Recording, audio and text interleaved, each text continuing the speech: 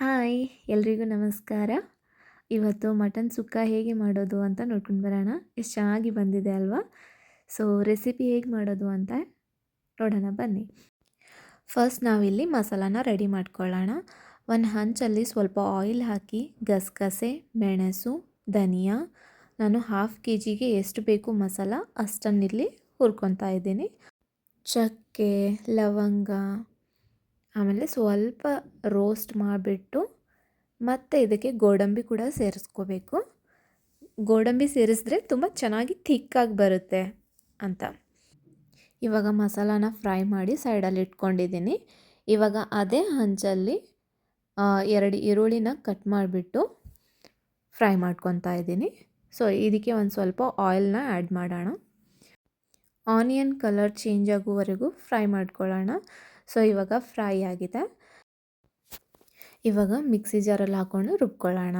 So ಇದಕ್ಕೆ ಒಂದು ದೊಡ್ಡ ಗಾತ್ರದ ಟೊಮೆಟೊ, ಫ್ರೈಡ್ ಆನಿಯನ್ ಮತ್ತು ಮಸಾಲ ಎಲ್ಲವನ್ನು ಹಾಕಿ ಈ ಥರ ರುಬ್ಕೊಂಡಿದ್ದೀನಿ. ತುಂಬ ಚೆನ್ನಾಗಿ ಫೈನ್ ಪೇಸ್ಟ್ ಆಗಿರಬೇಕು. ತುಂಬ ಚೆನ್ನಾಗಿ ಬಂದಿದೆ ಮಸಾಲ. ಕುಕ್ಕರ್ಗೆ ಇವಾಗ 3 ಚಮಚದಷ್ಟು ಎಣ್ಣೆನ ಸೇರಿಸ್ಕೊಳ್ತಾ ಇದ್ದೀನಿ.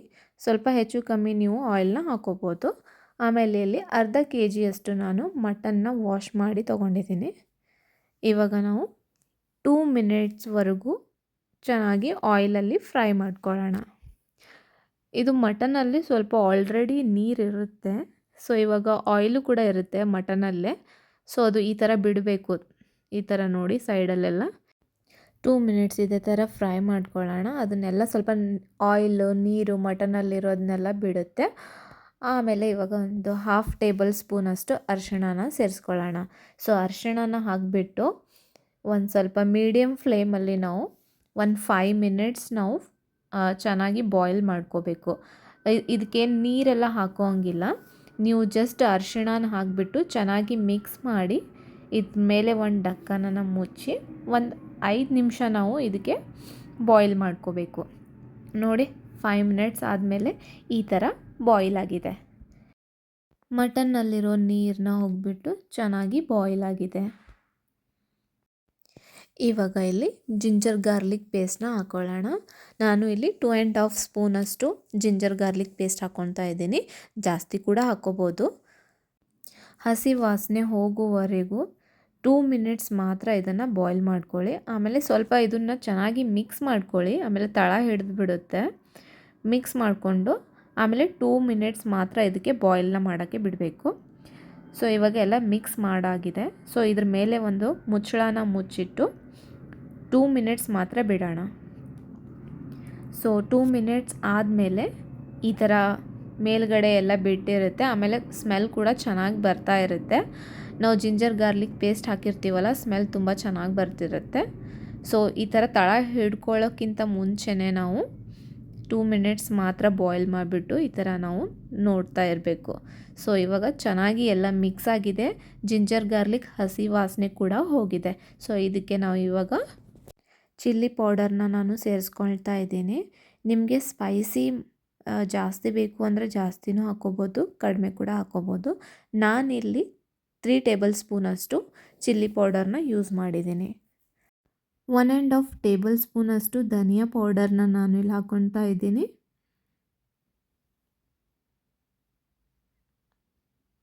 ಆಮೇಲೆ ಜೀರಾ ಪೌಡರ್ ಕೂಡ ನಾನು ಸೇರಿಸ್ಕೊತಾ ಇದ್ದೀನಿ.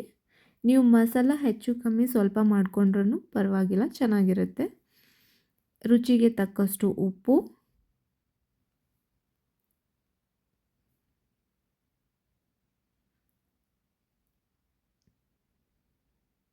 ಇವಾಗ ಇದನ್ನೆಲ್ಲ ಸೇರಿಸ್ಬಿಟ್ಟು ಚೆನ್ನಾಗಿ ಮಿಕ್ಸ್ ಮಾಡ್ಕೊಳ್ಳೋಣ. ರುಬ್ಬಿರುವ ಮಸಾಲಾನ ಇವಾಗ ಇದಕ್ಕೆ ಹಾಕ್ಕೊಳ್ಳೋಣ. ಟೊಮೆಟೊ, ಫ್ರೈಡ್ ಆನಿಯನ್ ಮತ್ತು ಮಸಾಲ ಎಲ್ಲ ಹಾಕಿಬಿಟ್ಟು ರುಬ್ಬಿಟ್ಕೊಂಡಿದ್ವಲ್ಲ, ಅದನ್ನು ಇವಾಗ ಮಟನ್ಗೆ ಹಾಕೋಣ. ರುಬ್ಬಿರುವ ಮಸಾಲ ಹಾಕಾದ್ಮೇಲೆ ನಾವಿಲ್ಲಿ ಮೊಸರು ಕೂಡ ಹಾಕೋಬೇಕು. ಮೊಸರು ಹಾಕಿರುವಂಥ ವಿಡಿಯೋ ಸ್ಕಿಪ್ ಆಗಿದೆ. ಇಲ್ಲಿ 3 ಚಮಚದಷ್ಟು ಮೊಸರು ಕೂಡ ನಾನಿಲ್ಲಿ ಹಾಕ್ಕೊಂಡಿದ್ದೀನಿ. ಸೊ ನಾನಿಲ್ಲಿ ತೋರಿಸ್ತಾ ಇರೋದು ಜಸ್ಟ್ 1/2 ಟೇಬಲ್ ಸ್ಪೂನಷ್ಟು, ಬಟ್ ನಾನು 3 ಟೇಬಲ್ ಸ್ಪೂನಷ್ಟು ಆಲ್ರೆಡಿ ಮೊಸರು ಹಾಕ್ಬಿಟ್ಟು ಮಿಕ್ಸ್ ಮಾಡ್ಕೊಂಡಿದ್ದೀನಿ. ಸೊ ಇವಾಗ ಆ ಮಸಾಲ ಜಾರಲ್ಲಿ ಇನ್ನೊಂದು ಸ್ವಲ್ಪ ನೀರು ಹಾಕಿಬಿಟ್ಟು ಆ ನೀರನ್ನ ಇವಾಗ ಮಟನ್ಗೆ ಹಾಕ್ತಾಯಿದ್ದೀನಿ. ನಿಮಗೆ ಮಟನ್ ಸುಕ್ಕ ಬೇಕು ಅಂತಂದರೆ ಸ್ವಲ್ಪನೇ ನೀರು ಆ್ಯಡ್ ಮಾಡಿ. ಇಲ್ಲ ನಿಮಗೆ ಸ್ವಲ್ಪ ಗ್ರೇವಿ ಥರನೇ ಇರಲಿ ಅಂತಂದರೆ ನೀರು ಸ್ವಲ್ಪ ಜಾಸ್ತಿನೂ ಹಾಕ್ಕೋಬೋದು. ಟೇಸ್ಟ್ ಏನು ಚೇಂಜ್ ಆಗೋಲ್ಲ, ಚೆನ್ನಾಗಿರುತ್ತೆ. ಬಟ್ ತುಂಬ ನೀರು ಹಾಕೋಕ್ಕೆ ಹೋಗಬೇಡಿ, ಯಾಕಂದರೆ ಮಸಾಲ ಎಷ್ಟು ಹಾಕಿರ್ತೀವಿ ಅದ್ರ ತಕ್ಕಂಗೆ ನೀವು ನೀರನ್ನ ಹಾಕ್ಕೋಬೇಕಾಗುತ್ತೆ. ಸೊ ಇವಾಗ ನಾನು ನೀರೆಲ್ಲ ಹಾಕಾಯಿತು. ಇವಾಗ ಚೆನ್ನಾಗಿ ಮಿಕ್ಸ್ ಮಾಡ್ಕೊಳ್ಳೋಣ. ಇನ್ನೊಂದು ಸ್ವಲ್ಪ ಮಸಾಲದ ನೀರಿದೆ, ಅದನ್ನು ಕೂಡ ಸೇರಿಸ್ಕೊತೀನಿ. ಇಷ್ಟು ನೀರು ಸಾಕಾಗುತ್ತೆ. ಚೆನ್ನಾಗಿ ಮಿಕ್ಸ್ ಮಾಡಿ 4 ಇಲ್ಲ 5 ವಿಸಲ್ ಆಗುವವರೆಗೂ ಇಡೋಣ. ಮಟನ್ ತುಂಬ ಕ್ವಿಕ್ಕಾಗಿಯೇ ರೆಡಿ ಆಗುತ್ತೆ. ಜಸ್ಟ್ ಮಸಾಲಾನ ಎಲ್ಲ ಫ್ರೈ ಮಾಡಿ ಇಟ್ಕೊಂಡು ಈ ಥರ ಮಾಡ್ಕೊಳ್ಳೋದ್ರಿಂದ ತುಂಬ ಬೇಗನೆ ಮಾಡ್ಕೋಬೋದು ನೀವು ಮಟನ್ನ. ನೋಡಿ 5 ವಿಸಲ್ ಆದಮೇಲೆ ಇವಾಗ ಓಪನ್ ಮಾಡಿ ತೋರಿಸ್ತಾ ಇದ್ದೀನಿ, ಎಷ್ಟು ಚೆನ್ನಾಗಿ ಬಂದಿದೆ. ಸೊ ನೀವು ಕೂಡ ಟ್ರೈ ಮಾಡಿ, ಚೆನ್ನಾಗಿದ್ದರೆ ಕಮೆಂಟ್ ಮಾಡಿ. ಇದು ತುಂಬ ಚೆನ್ನಾಗಿ ಬಂದಿದೆ ರೆಸಿಪಿ. ಸೊ ನೀವು ಕೂಡ ಒಮ್ಮೆ ಟ್ರೈ ಮಾಡಿ, ಆಮೇಲೆ ಹೇಗಿದೆ ಅಂತ ಕಮೆಂಟ್ ಮಾಡೋದನ್ನ ಮರಿಬೇಡಿ, ಓಕೆನಾ? Thank you for watching the video. Bye bye.